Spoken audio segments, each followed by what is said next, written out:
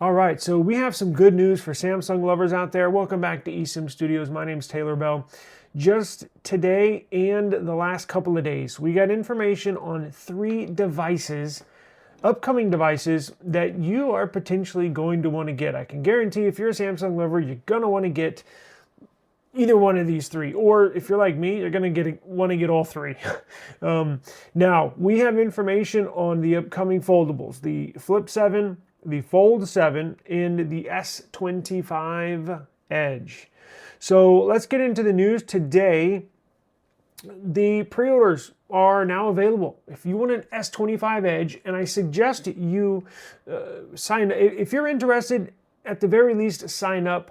So when May the 13th comes, that's when they're going to launch it. They're going to have their online launch event. I think it's like a Saturday night at like 7 p.m., which is crazy because normally it's like on a Tuesday morning at like 7 a.m.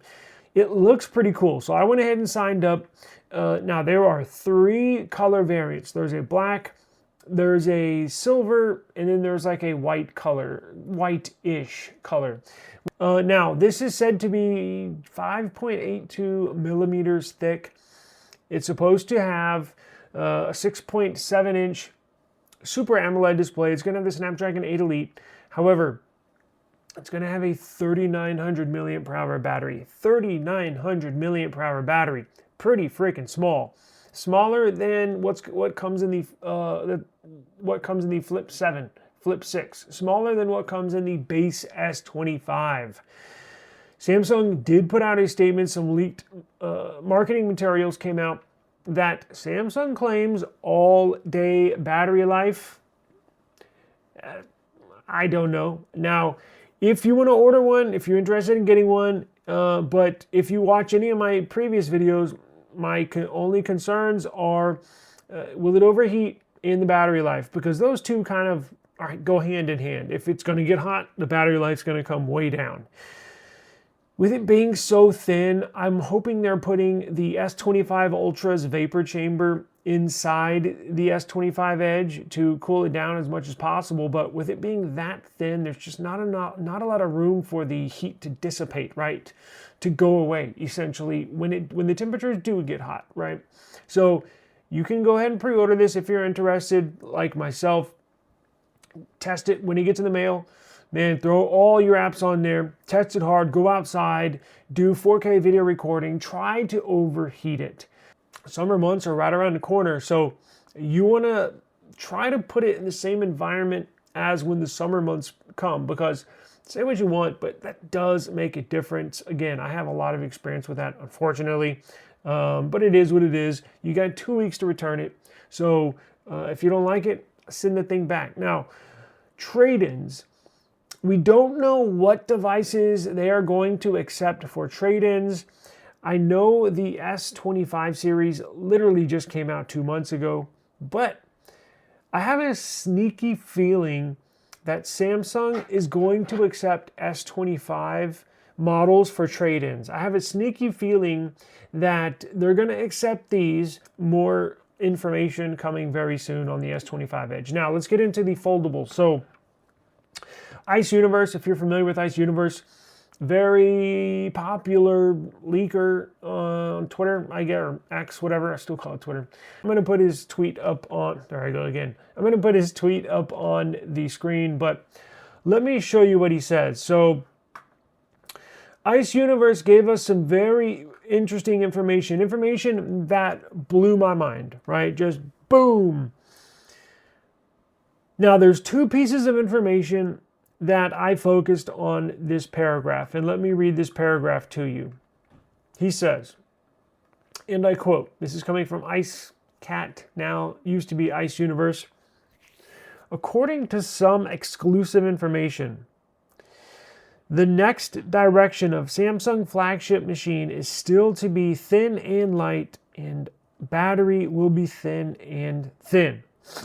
And the body will continue to be thin. The Galaxy Z Fold 7 will be the thinnest folding machine in the world at that time. 3.9 millimeters after unfolding, 8.9 millimeters after folding.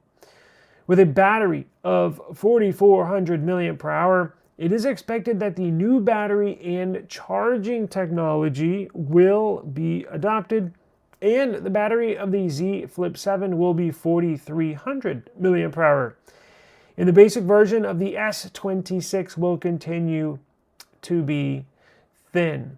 Now, the two pieces of information that I'm taking from that is the thinness in the battery information.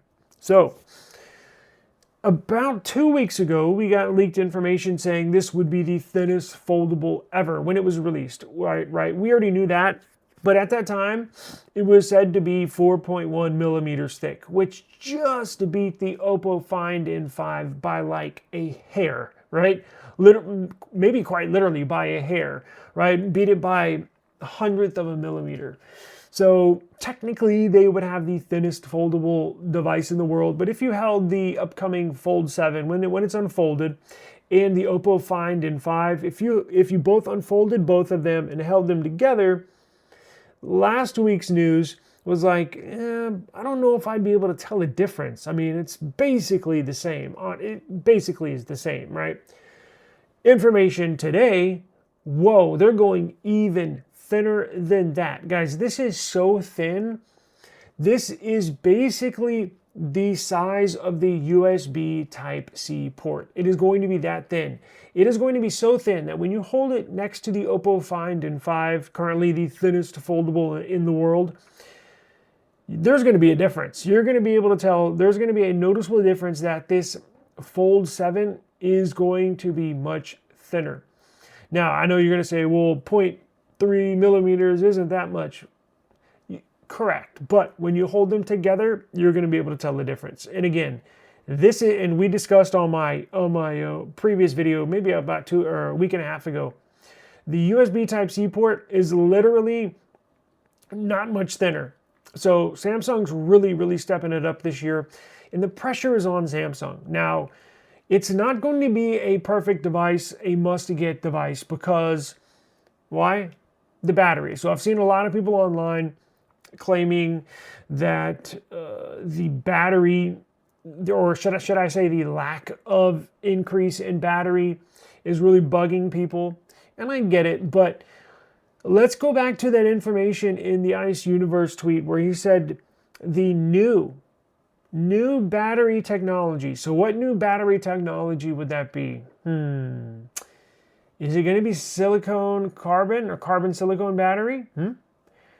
Now, we know Samsung was working on a silicon carbon type battery or something of the sort, or a variant of the silicon carbon battery.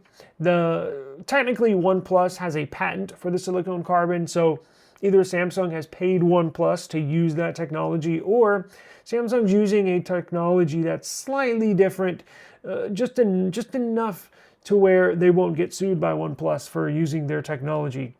Now, here's what I think happened. So there's a comment on one of my videos kind of asking me to explain this, and here's what I think. Now, I don't have any information. I reached out to my Samsung rep. They didn't, of course, they're not going to let me know, but it is what it is. But here's what I think is happening. So I think what Samsung is doing is, it sounds like, from his tweet, it sounds like they are using new battery tech. And we'll get into the charging in a second. It sounds like they're using a variant of the silicon carbon battery, right? But what I think they're doing, they're not using this silicon carbon battery to increase the size of the battery, because they're making it so thin. They reduced the thickness so much that they could not increase the battery. So what I think they're doing is, technically it's a 4,400 milliamp per hour battery, right? But in that will be a silicon carbon battery. If it was a traditional lithium ion battery, the size, I'm talking about the size now, like the physical size, the area, the length times the width of the battery cell. I think if this is a traditional lithium ion battery, I bet it's the traditional size would be comparable to like a 3,200 milliamp per hour battery, or a 3,000 milliamp per hour battery. Now, with this new technology, what they can do is they can cram a bunch of more anodes and ions and all charging tech inside there to make it a 4,400 milliamp per hour battery, and technically it is, but at the size of a much smaller battery because they've thinned it out so much that's the trade-off. It's so thin, you just can't have a big battery. Now, I don't know what the battery size of the Oppo Find N5 is. I bet it's close to 5,000, so I don't know how they implemented their battery. I guess we could find an iFixit teardown video and figure it out, but that's what we're gonna get, a 4,400 milliamp per hour battery, the size of probably of a traditional 3,000 milliamp per hour battery, lithium ion battery. So I think that's what they're doing. Now look, and I get it. It's not as big as some people want, right? Because it is a big screen. It's gonna basically be the thickness of this S25 Ultra, because this is right at about 8.8 millimeters thick. Z Fold 7 is going to be 8.9 millimeters thick when folded closed. So it'll basically be this size, but you should get less battery life, obviously, than this, because this has a 5,000 milliamp hour battery. But here's the kicker: is when you open it up, you get that big 8-inch screen to power. So the new silicone carbon batteries do hold charges a little better, right? The OnePlus 13 with the silicone carbon battery is the best battery life phone I've ever had in my life. So don't be too bummed out that it's just going to be a bad battery life phone right off the bat. Let's hold reservations for our battery claims until we actually get these in hand and can really test it. Because look, is it going to be a battery king like the OnePlus 13? No, it's not, right? Is it going to be comparable to the S25 Ultra? Probably not. But is it going to be on a Z Flip 4 level where it's like you'll get to lunchtime and then it's dead and then you have to charge it up, but you have to keep it charged for the rest of the day because it charges only at 25 watts? No, it's not going to be that bad. So let's hold judgment until it gets here. And speaking of charging, probably 45 watt charging in there now. Currently, their charging bricks charge at 5 volts, 3 amps at 45 watts. Maybe they're going to introduce a 5 volt, 4 amp, 45 watt charger. See what I'm saying? Which could help charge it faster, right? They may not increase the watts, but they may increase the current, the amps. That's possible, right? We just don't know right now, but it does sound like they're trying to compensate. They're trying to help us out. And look, there's only so much you can do when it's 3.9 millimeters thick. There's only so much you can do. So I believe this will be a cool device, but getting back to the S25 Edge, it's all going to come down to battery life and if it heats up, because if either one of them start to heat up, battery life's going to go down the drain. So is it a little risky getting these? Maybe. They're going to be badass, but like I said, hammer it for those first 2 weeks and see if you can, if it's suitable for you in those first 2 weeks. I think you should be fine for at least the life of the device, but who knows? I think Samsung does 7 years of software updates, so there's no way it'll probably be good for 7 years, but for the first 3 or 4 years, you should be fine. Now, as we close this out, the Flip 7. So there's going to be a slight change in the Flip 7. As Ice Universe said, it's going to have a 4,300 milliamp hour battery, and we don't know if that new charging and battery tech that he was talking about, if that was just specific to the Fold 7, or if that was going to include both foldables, right? It could. Now, that would be cool. And matter of fact, why don't we just do that moving forward with all their new devices, right? Which they probably will, right? S26, from what I've heard, is supposed to have the new battery tech, so everything's falling in place. But two main differences on this Flip 7 is obvious thing is going to be the outer display. It's getting a full Moto Razr-like outer display where there's going to be no more file structured outline on that where they cut off the cameras. No, this thing's going to be, the whole outer display is going to be a screen, right? Now it's going to have a 120 hertz refresh rate screen, which is music to my ears because God, there's nothing worse than using a 120 hertz refresh rate screen on the inside. but when you fold it closed, it goes down to 60 hertz on the outside. That's how the Flip 6 and all the rest of the flips were, right? The design, or shall I say size, is going to be slightly different. So, you know, with the, if you've been a flip owner in the past, it's a tall, skinny device, meaning when you get it and you flip it open, man, it fits right in your palm. You can easily use it. Now, that was a 21:9 aspect ratio. What they're doing this year is switching that up a little bit. So this year it's going to be a 20:9 aspect ratio. So they're going from a 21:9, which is tall and skinny, to a 20:9, which is a little shorter and wider. Now, what does that make a difference? Well, that's basically the same size. If you look at the dimensions, it's going to be the same, similar size to the S25 Plus. As far as height, width, thickness, this will just fold in half. So this will basically be an S25 Plus that you can fold in half. So I think that's a good change, because if you've used any flips in the past, it is so tall and skinny. It just makes some of the usability of it when you go to web pages, when you use some of the apps, it wasn't a hassle. It didn't bother me in the past, but it was just kind of awkward because it looked like you were looking at some kind of display you've never used or seen before, right? So this being more, and I think this is a good move, more of like a regular phone that just folds in half, and I think that's good. So Samsung users, we have a bright future, at least I think, and please subscribe to the channel.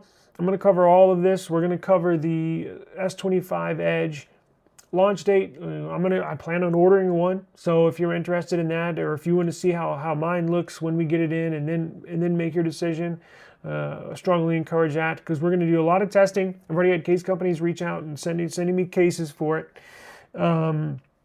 And then we're obviously gonna cover the foldables here in July. The Fold 7 and Flip 7 are set to come out in July, so that's just right around the corner as well. But let me get out here. eSIM Studios, I do appreciate the time, and as always, we'll see you on the next one. If you got any comments, let me know what you think about the Fold 7 and the battery life. Let me know what you think about the Flip 7. Do you like the dimension change? Do you think they're going to bring that new battery tech to the Flip 7 series? And then what about the Edge? Is it a fail at launch? You going to get one? Let me know. I'll put a link in the video description where you can go reserve one. And we can be S25 Edge owners together. Peace.